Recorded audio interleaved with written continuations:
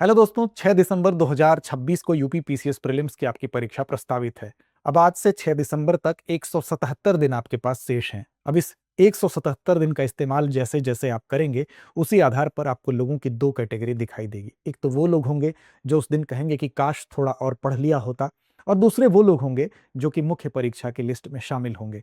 अब डिपेंड आप पर करता है कि आप दूसरी वाली लिस्ट में शामिल होना चाहते हैं या पहली वाली लिस्ट में। अगर दूसरी वाली लिस्ट में शामिल होना चाहते हैं तो इस समय इस वक्त को गंभीरता से लेना होगा। साथ ही साथ आपको बता दें कि अभी हाल ही में वर्ष 2024 की जो यूपी पीसीएस की परीक्षा थी, उसका कट ऑफ जारी किया गया है। अब कट ऑफ को देखकर ये लगता है कि मेरिट बहुत ज़्यादा हाई नहीं गई है।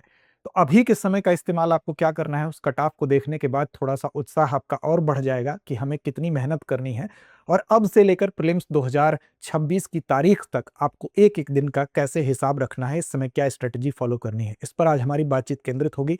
शुरुआत करते हैं, सबसे पहले कट ऑफ को देखेंगे, उसके बाद हम मुख्य मुद्दे पर आएँगे। तो चलिए बात करेंगे, लेकिन उससे पहले एक महत्वपूर्ण सूचना कि अगर आप यूपी पीसीएस प्रीलिम्स की तैयारी करना चाहते हैं तो आपके लिए एक बेहतर मौका भी है। बेहतर मौका इसलिए है क्योंकि आपको 13 जून तक द न्यू सेशन सेल के अंतर्गत हमारे यूपी पीसीएस के online foundation course, prelims course, RO, ARO और अन्य कोर्सेज पर आपको 50% तक की छूट मिल रही है। तो इस छूट का लाभ भी आप उठा सकते हैं। अभी के 177 दिन का पूरा इस्तेमाल कर सकते हैं और अपनी सफलता को सुनिश्चित कर सकते हैं। विस्तार से जानने के लिए आप कॉल कर सकते हैं 87501 87501 हमारे इस नंबर पर। साथ-साथ डिस्क्रिप्शन में आपको एक लिंक भी मिलेगा, उस लिंक पर क्लिक करके भी आप इस छूट का लाभ उठा सकते हैं। अब चलिए दृष्टि लर्निंग ऐप को डाउनलोड करके भी इन कोर्सेज के बारे में जान सकते हैं। सबसे पहले नजर डालते हैं जरा-सा इस कट ऑफ के ऊपर। कट ऑफ देखिए वर्ष 2024 की है। सबसे पहले प्रीलिम्स के कट ऑफ की बात करें, क्योंकि अभी हमारे लिए जो इंपॉर्टेंट है वो प्रीलिम्स है। हालांकि मेंस का कट ऑफ भी आपको दिखाया जाएगा, उससे भी आपको अंदाजा लगेगा कि अगर प्रीलिम्स की परीक्षा पास कर लेते हैं तो मेंस में नंबर लाना कितना आसान होता है और अपने पद को सुनिश्चित करना कितना आसान होता है। देखिए यहाँ पर प्रीलिम्स एक ऐसी बाधा होती है जिसमें अगर आप रुकते हैं तो बहुत ज्यादा समय आपका, एक साल पूरा पीछे चले जाते हैं। इसलिए ये समय जो है, ये 177 दिन आपको पूरी तरह से गंभीरता से लेना होगा। इस जून की तपती गर्मी में अपने आप को जितना तपाएंगे उतना खरा सोना बन के आप निकलेंगे, और ऐसा सोना बन के निकलेंगे कि हीरे की चमक भी उसके आगे फीकी पड़ेगी। लेकिन उसके लिए इस कट ऑफ को देखिए।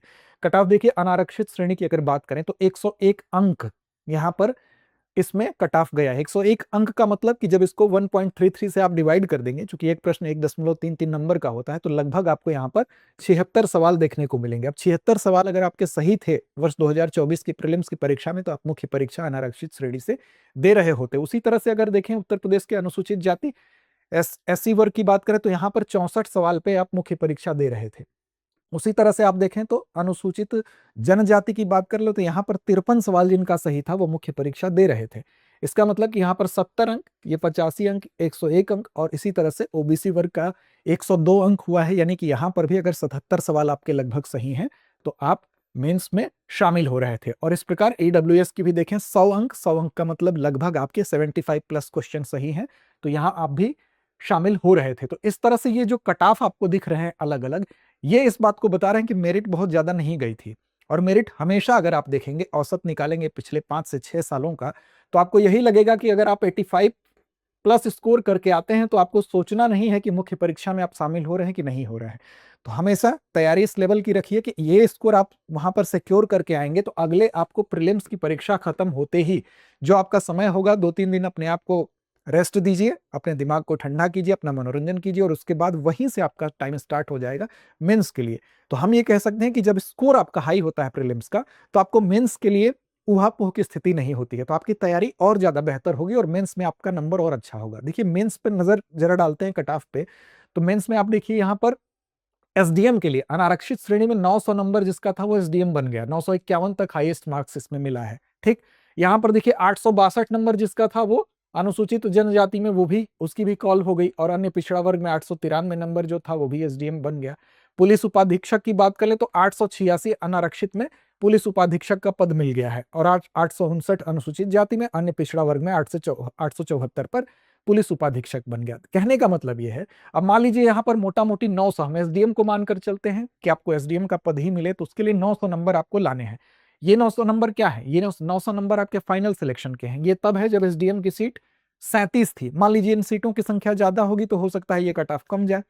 अब यहाँ पर देखिए, आपके जो पेपर हैं, यहाँ पर जो 6 पेपर आपको दिखाई दे रहे हैं जीएस वाले, ये पेपर कितने कितने नंबर के हैं? 200 नंबर के हैं। अगर इसमें आप 100 प्लस का स्कोर करते हैं, 110 अगर हम मान के चलें कि 110 का अगर रेशियो आप निकाल लीजिए तो यहां से इन 6 पेपर्स में आप 660 नंबर सिक्योर कर लेंगे, यानी लगभग 650 नंबर अगर आप पाते हैं तो एक अच्छा स्कोर माना जाएगा। और इससे जितना प्लस जाते हैं उतना बेटर है। और इसमें 300 में 200 अंक अगर ठीक से आप मेहनत कर देंगे तो बहुत आसानी से लाया जा सकता है इस वाले पेपर में। इसमें और भी ज्यादा नंबर आ सकते हैं, मैं मिनिमम मान के चल रहा हूं कि 200 नंबर तो आप तैयारी कर रहे हैं तो ला ही देंगे। तो यहीं से आपके स्कोर इतने ज्यादा हो जाएंगे कि 850 नंबर यहीं से आप उठा ले रहे हैं। इंटरव्यू में अगर आपको कम से कम नंबर भी मिलेगा तो भी आप एक सीट यहां पर अच्छे ग्रेड पे वाली सीट आपके अपने हिस्से में शामिल होगी। तो देखिए सारा खेल क्या है, सारा खेल यह है कि मुख्य परीक्षा की जो मैदानी जंग है उसमें आप शामिल हो। शामिल होने के लिए क्या जरूरी है कि इस समय प्रीलिम्स पर सबसे ज्यादा फोकस करना है। तो अभी हम बात करेंगे जो 177 दिन आपके पास हैं, इस 177 दिन में आपको क्या करना है।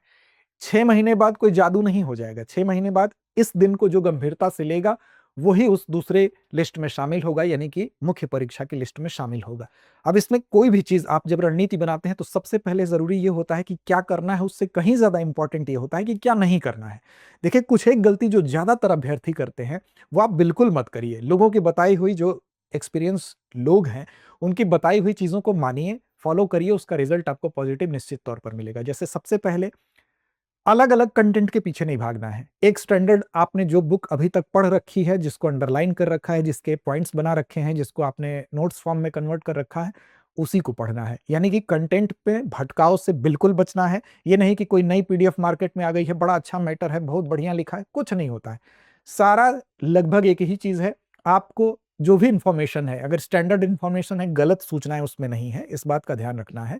प्राइमरी सोर्सेज को बेस बना के दी गई इंफॉर्मेशन से तो वो ऑथेंटिक होंगी, वो अच्छी होंगी। तो उसको कितने बेहतर ढंग से आप अभिव्यक्त करते हैं, मेंस का वो खेल होता है। प्रीलिम्स में फैक्ट जितना आपको याद है, जितना आप कोरिलेट कर पा रहे हैं, जितना रिवीजन कर पा रहे हैं। तो पहली चीज कि कंटेंट को लेकर बहुत भटकाव की स्थिति नहीं रखनी है। दूसरी ये है कि नई पीडीएफ के पीछे भागने के चक्कर में नहीं पड़ना है। अभी तक जिस किताब से आपकी रिश्तेदारी हो चुकी है उसी के साथ अपनी रिश्तेदारी को आगे तक निभाना है, उस बंधन को तोड़ना नहीं है। दूसरी बात, केवल करंट पर ही फोकस नहीं रखना है। बहुत लोगों ऐसा होता है कि करंट पढ़ते हैं तो इतना डूब जाते हैं कि करंट में ही दिन रात उनका बीत जाता है और वो स्टैटिक पोर्शन छूट जाता है। तो बैलेंस बनाकर चलना है, क्योंकि आपको पता है कि क्या क्या कोर सब्जेक्ट आपके हैं, उससे भी सवाल बनेंगे। हाँ ये जरूर है कि करंट पढ़ने से ये फायदा होता है कि उस कोर सब्जेक्ट के भी महत्वपूर्ण एरिया आपको पता चलते हैं कि इस बार सवाल कहां से बनने की संभावना है। तो करंट को बेस बनाते हुए आपको स्टैटिक पोर्शन को भी ध्यान में रखना है। तो ध्यान देना है कि करंट पे बहुत ज्यादा समय अभी आपको नहीं देना है, अब स्ट्रेटेजी फॉलो करते हुए चलना है। साथ साथ आपको क्या करना है, रिवीजन को टालना नहीं है। रिवीजन आपके दैनिक जीवन का हिस्सा होना चाहिए, रिवीजन आपका साप्ताहिक होना चाहिए, रिवीजन आपका मासिक होना चाहिए। और अभी जिस स्ट्रेटजी की चर्चा हम करेंगे उसमें रिवीजन का तो एक पूरा का पूरा पार्ट ही होगा। तो रिवीजन को एक आवश्यक अंग बना लीजिए। कुछ भी हो जाए, हम 8 घंटा पढ़ें चाहे हम 4 घंटा पढ़ें, हमारे उसी अनुपात में हमारे रोज की दिनचर्या में रिवीजन का अहम रोल होता है, वो जरूर होना चाहिए। इससे आपको कितना फायदा मिलेगा आप इसकी कल्पना भी नहीं कर सकते हैं। और बिना रिवीजन के आपकी बहुत ज्यादा पढ़ी हुई पढ़ाई भी हो सकता है कि व्यर्थ चली जाए। इसलिए ये बहुत सटीक बात है कि रिवीजन को कतई अवॉइड मत करिए, इसका बहुत ध्यान रखिए, ठीक। इसके अलावा एक अन्य महत्वपूर्ण चीज है, यह है कि आप कितना भी हुनर सीख लें, कितनी भी पढ़ाई कर लें, अगर आप अभ्यास नहीं करेंगे तो आपको सफलता मिलने के चांसेस उतने नहीं होंगे। क्योंकि अभ्यास एक बड़ी चीज है। तो टेस्ट टेस्ट आपको लगाना है, टेस्ट देना है, उसको आप बिना टेस्ट दिए आप उसको भी टारगेट बना लीजिए कि आप प्रीलिम्स परीक्षा में शामिल नहीं होंगे। तो आइए एक एक करके बात करते हैं क्या रणनीति होनी चाहिए। जैसे मान लीजिए आपके पास 177 दिन है, इस 177 दिन में कुछ तो बेसिक टारगेट आपको सेट करना है। जैसे कि मान लीजिए आपको टेस्ट अगर कितने देने हैं तो फुल टेस्ट आपको कम से कम ये टारगेट बना लीजिए कि 25 तो हमको प्रीलिम्स से पहले टेस्ट देने ही देने हैं, ठीक। मोटा मोटी अगर आप मान लीजिए कि एमसीक्यू जो हमारे दिनचर्या का हिस्सा होता है, तो एमसीक्यू जो है मोटा मोटी ये मान के चलिए कि डेली अगर 100 एमसीक्यू का हमारा टारगेट है तो 177 दिन में हम क्या करेंगे, 17,000 से ज्यादा हम एमसीक्यू क्या कर लेंगे, लगा लेंगे। तो 17,000 प्लस एमसीक्यू के हमारे क्या हो जाएंगे, कमांड हो जाएगा हमारा। इस पर भी बात करेंगे। और दूसरा चीज यह है कि जो भी हमको पढ़ाई करना है अभी से लेकर इस 177 दिन में हमारा कम से कम 3 बार जो है वो क्या होना चाहिए, रिवीजन होना चाहिए। तो 3 टाइम रिवीजन का कॉन्सेप्ट लेके हमको चलना है। तो ये 3 हमारे क्या है, बेसिक कॉन्सेप्ट है, जिसमें कि हमको 25 टेस्ट देना है, एमसीक्यू 100 अगर डेली का टारगेट बनाए आप हैं, 3 बार रिवीजन करने के लिए इस तरीके से आपको रोड मैप तैयार करना है। तो आपकी सफलता बहुत ही कोई आपका दुर्भाग्य नहीं होगा, तो आपसे दूर नहीं होगी। अब देखिए इसमें क्या करना है, सबसे पहले आपको 177 दिन का हिसाब रखना है। तो इन 177 दिनों में सबसे पहले आपको क्या करना है कि आपको इन डेज को सबसे पहले डिवाइड कर लेना है। तो इसमें आप डिवाइड कर लेंगे इसको 3 पार्ट में, ठीक। अब इसी में एक एक कोर वाइज हम बात करते हैं। सबसे पहला जो कोर होगा वो 100 दिन का होगा। एक स्टैंडर्ड हम मान के चल रहे हैं, आपका जो पोर्शन कम ज्यादा तैयार होगा उसी के अनुपात में आप थोड़ा बहुत आगे पीछे इसको फ्लक्चुएट कर सकते हैं, ठीक। मान लीजिए कि किसी का बेसिक बहुत ज्यादा तैयार है तो इस पोर्शन को वो कम कर सकता है। अब यहां पर हम एक आइडियल अभी आपको सिचुएशन बता रहे हैं कि अगले 177 दिन में आप कैसे इसको डिजाइन कर सकते हैं। अब यहां पर जो शुरुआत के अभी 100 दिन आप दे रहे हैं, इसमें मुख्य फोकस हमारा किस पर होगा? तो यहां पर फोकस आप रखेंगे जो कोर सब्जेक्ट आपके हैं, ठीक। तो यहां पर आपको पहले क्या करना है, यहां पर कोर सब्जेक्ट में आपको फोकस रखना है। और उसके बाद इसमें इस कोर सब्जेक्ट के बाद किसको, मतलब लाइटली ही सही लेकिन जिस पर ध्यान देना है वो किस पर देना है, तो करंट और पीवाईक्यूज पर देना है। तो यहां पर करंट प्लस पीवाईक्यूज को भी साथ साथ लेके चलना है। तो ये याद रखिए कि ये काम आपको करना है, ठीक। तो यानी कि पहला जो सेगमेंट आपका है 100 डेज का, इसमें आपको आपके जितने भी कोर सब्जेक्ट है, कोर सब्जेक्ट क्या क्या है उस पर भी हम बात करते हैं, एक एक करके अंदर घुसेंगे। लेकिन पहले आप दूसरे पे आइए। यहां पर आपने कोर सब्जेक्ट 100 डेज में, अब उसका कैसे कैसे डिवीजन होगा उस पर हम अभी आते हैं। दूसरा जो आपका ये खंड है, इस खंड को मान लीजिए आपने 40 दिन दिए, ठीक। और इस 40 दिन में आप क्या करेंगे, अब यहां पर आपका जो पीवाईक्यू है, इस पीवाईक्यू का रोल बढ़ जाएगा, इस पे फोकस अब आपको ज्यादा करना है, ठीक। और साथ साथ यहां पर जो टेस्ट है, उस टेस्ट की संख्या भी आपको यहां पर थोड़ी बढ़ा देनी है। शुरुआत में ये वाला जो पोर्शन है, यहां पर टेस्ट आप चाहें तो एक आध हफ्ते में टेस्ट लगा सकते हैं, लेकिन यहां पर रीडिंग पर थोड़ा ज्यादा फोकस रखिएगा। और यहां पर आप क्या करेंगे, यहां पर आएंगे तो टेस्ट की संख्या आप सप्ताह में बढ़ा सकते हैं, 2 से 3 टेस्ट कर सकते हैं। और पीवाईक्यूज को हल करने की जो हम कह सकते हैं कि जो स्पीड है वो बढ़ा सकते हैं। इसको भी कोर वाइज आप डिवाइड कर लेंगे, ठीक, उस पर भी बात करेंगे। तो यहां पर आके मेन रोल किसका, पीवाईक्यूज और टेस्ट सीरीज पर फोकस आपका बढ़ जाएगा। और लास्ट के आपके जो रेस्ट जो आपका बच रहा है, जो भी डेज बच रहे हैं, यानी कि लगभग आपके पास नियर अबाउट 40 डेज आपके पास जो है, मतलब -3 या जो भी दिन है आपके पास, इसमें आपका मेन फोकस किस पर रहेगा, तो इसमें आपका मेन फोकस आ जाएगा करंट अफेयर्स पर। और करंट अफेयर्स में ही आपका यूपी स्पेशल भी आता है, तो यूपी स्पेशल और साथ साथ सीसैट भी यहां पर इग्नोर नहीं करना है, क्योंकि सीसेट के कुछ कुछ चीजें ऐसी होती हैं जो अगर थोड़ा सा भी देख लें तो यूपी पीसीएस में आपको क्वालिफाई कर लेना है। क्योंकि कई ऐसे स्टूडेंट्स के साथ ही घटना देखने को मिली है कि बहुत अच्छा स्कोर उनका होता है जीएस में, लेकिन सीसेट में वो रह जाते हैं। तो ये गलती नहीं करनी है, सीसेट को बिल्कुल इग्नोर करके नहीं चलना है। तो इसके लिए आप चाहे तो थोड़ा सा समय निकाल सकते हैं। अब ये तो आपका डिवीजन हो गया।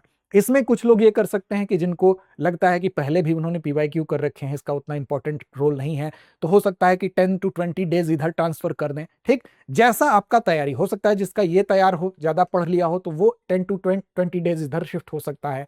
लेकिन ये रोल, इसमें बहुत ज्यादा आपको टाइम नहीं देना है, क्योंकि ये डेली एक्सरसाइज का भी पार्ट आपका करंट है, डेली एक्सरसाइज का पार्ट आपका पीवाईक्यू है यहां पर। इसलिए इस पर बहुत ज्यादा पहले से आपको बहुत नहीं जोर देना है, क्योंकि लगातार आप इन चीजों को काम करते आए हैं। क्योंकि करंट की बात करें तो आप वीडियोस किसी को फॉलो कर रहे होंगे, कोई एक मासिक मैगजीन आप पढ़ रहे होंगे।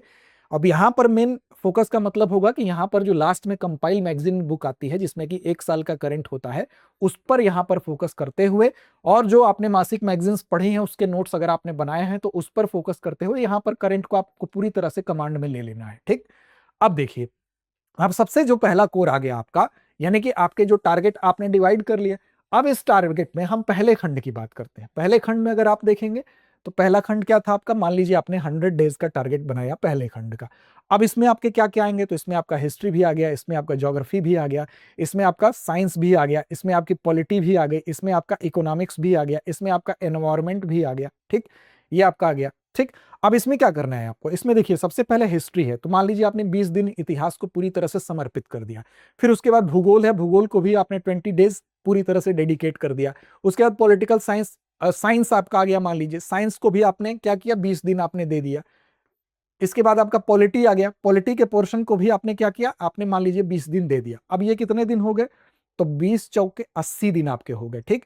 फिर आपका बचा इकोनॉमिक्स और इन्वायरमेंट, ठीक। तो इकोनॉमिक्स और इन्वायरमेंट को भी आप 10-10 दिन यहां रख सकते हैं। तो इस तरह से आप 100 दिनों को इस तरह से डिवाइड कर सकते हैं, ठीक। अब इसमें क्या करना है कि जैसे मान लीजिए हिस्ट्री आप पढ़ रहे हैं या ज्योग्राफी पढ़ रहे हैं, हिस्ट्री में भी जैसे कुछ ऐसे पोर्शन होते हैं जो आपका कोर एरिया होता है, जिसमें से कि आपको सवाल आए तो आपको गलत नहीं करना है। जैसे कि जो मॉडर्न हिस्ट्री है, अगर हम आधुनिक इतिहास की बात करें, आधुनिक भारतीय इतिहास की बात करें, तो आधुनिक भारतीय इतिहास के सवाल आपके गलत नहीं होने चाहिए। अगर फ्रीडम स्ट्रगल से सवाल पूछ रहा है जो कि आपके पॉलिटी का भी पार्ट होता है, तो इसमें गलती आप मत करिए। विशेष तौर पर फोकस ये रखिए कि आसान सवाल आपके गलत ना हो, ठीक। इसके अलावा आजकल ये ध्यान रखिएगा कि इतिहास में जो प्राचीन इतिहास है उसका रोल बढ़ा हुआ है। तो प्राचीन इतिहास जो है, इसकी एनसीईआरटी को तो बहुत कायदे से पढ़ ही लीजिएगा, इसके सवाल एमसीक्यू जो है उसको भी लगा लीजिएगा। और आधुनिक भारतीय इतिहास से किसी भी प्रकार की गलती नहीं होनी चाहिए, क्योंकि इसको माना जाता है, इसको, इसके अलावा आप कह सकते हैं पॉलिटी के बाद ज्योग्राफी के जो सवाल जो ट्रेडिशनल पोर्शन से होते हैं, ये सवाल जो बेसिक सवाल होते हैं उसको गलत मत करिए। क्योंकि अगर आप पॉलिटी गलत कर रहे हैं, अगर आप मॉडर्न हिस्ट्री गलत कर रहे हैं, अगर आप इन्वायरमेंट के बेसिक पूछे हुए सवाल जो पीछे रिपीटेड हैं गलत कर रहे हैं, और यूपी स्पेशल के सवाल गलत कर रहे हैं, तो इसका मतलब यह है कि आप आसान सवाल गलत कर रहे हैं। और आसान गलत करने पे क्या होगा, 10 आसान सवाल आपके गलत हुए तो आप फाइट से बाहर हो जाएंगे। तो यहां पर इनमें डिवाइड करके आपको क्या करना है कि इसकी रीडिंग जो पहले आपने कर रखी थी, अब अगली स्ट्रेटेजी ये है कि आपकी पढ़ी हुई चीजों को फिर से आपको 20 दिन में हिस्ट्री को कायदे से पढ़ लेना है, प्लस जो चैप्टर आप पढ़े उसका एमसीक्यू साथ में लगा जाइए। फिर आपने ज्योग्राफी जो चैप्टर पढ़ा उसका एमसीक्यू लगा लिया, और 20 दिन में ज्योग्राफी आप कंप्लीट कर लीजिए, 20 दिन में हिस्ट्री कर लीजिए। कैसे करना है, कितना मेहनत करना है, वो आपकी क्षमता के ऊपर डिपेंड करता है। आप अगर दिन में 10 से 12 घंटे की पढ़ाई कर रहे हैं, तो उसमें कम से कम 6 घंटे अगर कोर सब्जेक्ट को आप देंगे, तो ये चीजें आपकी इजिली कवर हो जाएंगी। अब तरीका आप पे डिपेंड करता है कि आप 3-3 घंटे के 2 अगर सब्जेक्ट एक साथ लेके चलते हैं, मान लीजिए कि हिस्ट्री ज्योग्राफी आपने एक साथ ले लिया, तो आपके पास 40 दिन हो गए। तो 40 दिन में आप हिस्ट्री और ज्योग्राफी दोनों को 3-3 घंटे पढ़ेंगे तो इजीली कवर होंगे, और 2 सब्जेक्ट लेने से आपको बोरियत भी नहीं होगी। फिर आप 40 दिन के बाद अगले 40 दिन की स्ट्रेटेजी जो होगी, उसमें आपका साइंस और मान लीजिए पॉलिटी आपने ले लिया, उसमें दोनों को आपने 3-3 घंटा दिया। फिर भी अगर 10 से 12 घंटे की आपकी पढ़ाई है, तो उसके बाद भी आपके पास जो समय बचता है 4 घंटे का, उसमें आप क्या कर रहे हैं, तो उसमें आप इसके पीवाईक्यूज लगा ले रहे हैं। उसके बाद उसमें डेली आप करंट को थोड़ा सा पार्ट आप करंट का पढ़ रहे हैं, या तो किसी वीडियो के माध्यम से या मासिक मैगजीन को। तो आप दोनों ही ये काम कर रहे हैं, जिससे कि करंट का लास्ट का बर्डन आपका नहीं पड़ता है, वो डेली के एक्सरसाइज का पार्ट रहता है, ठीक।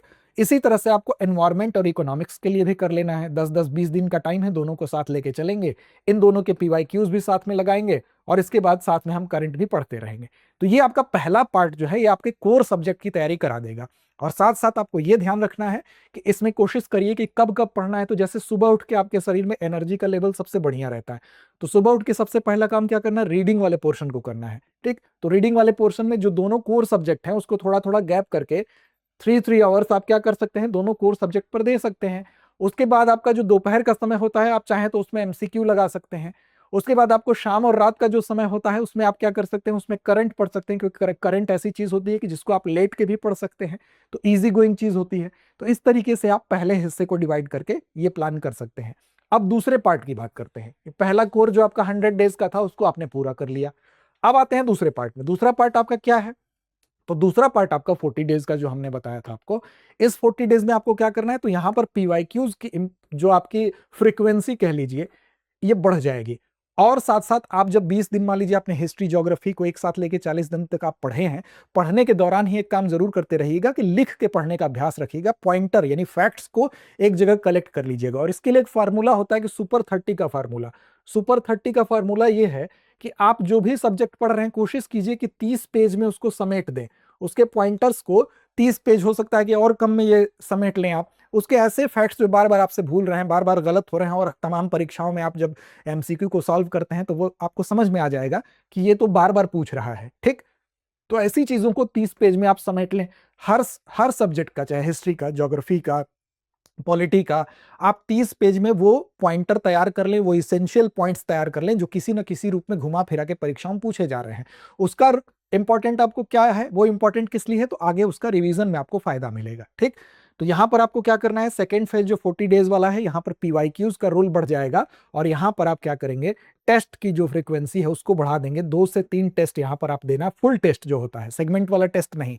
सेगमेंट वाला टेस्ट आप एक आध चाहें तो शुरू में लगा सकते हैं, जैसे कि आपने हिस्ट्री 20 दिन जैसे ही कंप्लीट हुई आपकी, तो एक पूरा हिस्ट्री का आपने टेस्ट दे लिया, ज्योग्राफी जैसे कंप्लीट किया आपने, ज्योग्राफी का टेस्ट दे लिया, तो यहाँ पहले पार्ट में जो 100 दिन का है उसमें सेगमेंट वाइज आप टेस्ट दे सकते हैं। लेकिन दूसरे पार्ट में आके आप क्या करेंगे कि फुल टेस्ट देंगे, और उसकी फ्रीक्वेंसी ज्यादा होगी, और एमसीक्यू पर आप थोड़ा सा फोकस बढ़ा देंगे। तो इससे क्या होगा कि यहां पर जो पॉइंटर आपका पहले स्टडी के दौरान बना है वो यहां पर रहेगा, और उस पॉइंटर को आपको क्या करना है, उस पॉइंटर को रिवीजन के लिहाज से भी देखते रहना है, तो पिछली मेहनत आपकी जाया नहीं होगी। ये काम आपको करना है। अब यहां पर फिर दूसरा भी सेगमेंट आपका हो गया 40 दिन वाला। 40 दिन में आपके सारे सब्जेक्ट के history, geography, environment, polity, economy, सबका प्रीवियस ईयर के जितने सवाल पूछे गए हैं वो गलत होने की संभावना बिल्कुल समाप्त हो जाएगी। फिर क्या करना है आपको, तीसरा आपका जो हिस्सा है, तीसरा हिस्सा आपको जो रेस्ट डेज जो भी बच रहे हैं, नियर अबाउट 40 से थोड़ा सा कम दिन आपके पास जो बचेंगे, उसमें आप पूरी तरह से क्या करेंगे, आप करंट का अभी तक जो भी मैगजीन पढ़ के आपने अपना नोट्स अंडरलाइन या जो भी चीज तैयार की है, साथ साथ आपके जितने कुछ आपने चीजें नोट कर रखी हैं, पॉइंटर आपने तैयार कर रखे हैं, वो साथ साथ करंट की जो आपकी बुक आएगी, ईयरली बुक आएगी, ठीक, उसको उसको लेते हुए करंट को यहां पर पूरी तरह से हम क्या करेंगे, फाइनल टच देने की कोशिश करेंगे। और ये कोशिश करेंगे कि इन लास्ट के जो हमारे पास नियर अबाउट 40 दिन है, 40 दिन से हालांकि थोड़े कम ही बचेंगे, इसमें इस करंट को हमको 3 बार कम से कम पढ़ लेना है, 3 बार रिवाइज कर लेना है।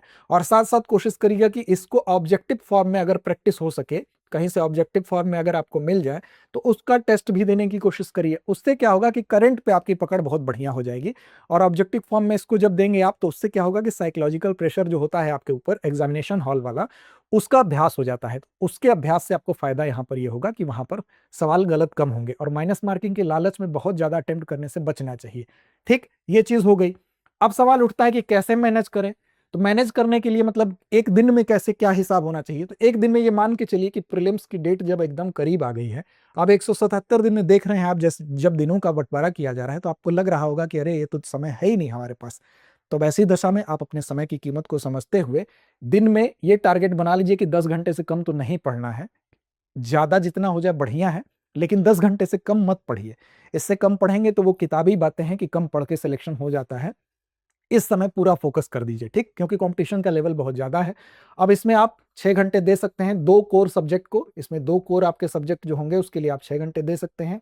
यहाँ पर आप 2 घंटे निकाल सकते हैं किसके लिए, तो इन्हीं सब्जेक्ट के अलग अलग पीवाईक्यूज 1-1 घंटे अगर आप लगा लेते हैं, तो उसके बाद आप 1 घंटा यहाँ पर करंट को दे सकते हैं। साथ साथ 1 घंटा और आपके पास बचता है तो उसको डेली रिवीजन के पार्ट के तौर पर इस्तेमाल कर सकते हैं। तो ये आपका 10 घंटा का पैकेज हो गया। इसके अलावा जो एफर्ट आप डाल रहे हैं वो आपके हित में जाने वाला है, ठीक। तो इस तरह से डेली का भी आपका हिसाब हो गया। तो डेज का टारगेट हमने बना लिया, 177 दिन को कैसे डिवाइड करना है, जिसमें कि आपका डिवीजन 100, 40 और नियर अबाउट 40 और जो हो रहा है, ठीक, 37 डेज का, इसमें डिवाइड कर लिया। फिर पर डे का टारगेट आपको बता दिया कि 10 से 12 घंटे में आपको कैसे डिवाइड करके पढ़ना है, जिसमें कि रिवीजन भी आपका शामिल है। तो पर डे आपका रिवीजन हो रहा है। फिर ये रिवीजन आपका वीकली भी होगा, और ये रिवीजन आपका ईयरली भी होगा, और ये रिवीजन आपका, ये देख रहे हैं कि जो कोर में डिवाइड किए हैं, तो इस कोर में हर दूसरे कोर में शिफ्ट होने पर पिछले कोर के पॉइंटर के रिवीजन साथ में चलते रहने चाहिए। इसीलिए पॉइंटर का रोल इंपॉर्टेंट होता है। फिर अगर बात करें तो यहां पर हर दिन का हिसाब हो गया, सुपर 30 का फार्मूला आपने अपना लिया, कोर एरिया को फोकस कर लिया आपने, जिससे कि आसान सवाल गलत नहीं होंगे, और क्या नहीं करना है आपको शुरू में ही बता दिया गया। टेस्ट के हिसाब से, रिवीजन के हिसाब से आप अपना मूल्यांकन समय समय पर करते हैं, तो एग्जामिनेशन के दबाव से आप बचे रहते हैं। तो इस तरह से डिफरेंट डिफरेंट कंटेंट की तरफ नहीं भागना है। रिवीजन को डेली का, साप्ताहिक और जिस खंड में विभाजन हुआ है उस तरह से बांटना है, और लास्ट में जाकर करंट पर पूरी तरह से फोकस करते हुए टेस्ट सीरीज को ज्यादा से ज्यादा 25 टेस्ट सीरीज का जो टारगेट बताया गया वो पूरा कर लीजिए, और अपने ऊपर विश्वास रखिए। अपने ऊपर विश्वास करके बिना किसी फोबिया के आप पढ़ाई करिए। इस अगर पूरी की पूरी रणनीति को आप फॉलो करते हैं तो आपको सफलता से कोई वंचित नहीं कर सकता। और लास्ट के टाइम में आप सीसेट, अगर सीसेट आपका ज्यादा कमजोर है तो आप दूसरे फेज से भी सीसेट को शुरू कर सकते हैं। ये रणनीति डिपेंड करती है फ्लेक्सिबिलिटी, अब आपका कौन सा पोर्शन ज्यादा मजबूत है, कौन सा पोर्शन ज्यादा कमजोर है, उसको आप थोड़ा बहुत इधर उधर करके एडजस्ट कर सकते हैं, क्योंकि किसी भी चीज का एक फ्रेम होता है, उस फ्रेम को आपको अपने अकॉर्डिंग ढालना पड़ता है, अपने अकॉर्डिंग आपको उसको हल करना पड़ता है। हो सकता है इसमें कुछ इनोवेशन करके आप और बेहतर तकनीक निकाल सके, लेकिन कुल मिला के मेहनत आपकी होगी। और यह ध्यान रखिएगा कि प्रेरणा से आप शुरुआत कर सकते हैं, पर अनुशासन असंभव को भी संभव बनाने की ताकत रखता है। तो अनुशासित होकर इस स्ट्रेटेजी को अगर आप फॉलो करते हैं तो आपकी सफलता सुनिश्चित है। उम्मीद है आपको वीडियो पसंद आई होगी, और आज से 177 दिनों का पूरी तरह से आप यूटिलाइज करेंगे, और हमें विश्वास है कि आप उन सफल अभ्यर्थियों में ही शामिल होंगे। तो लड़ते रहिए, अपने लक्ष्य की ओर बढ़ते रहिए।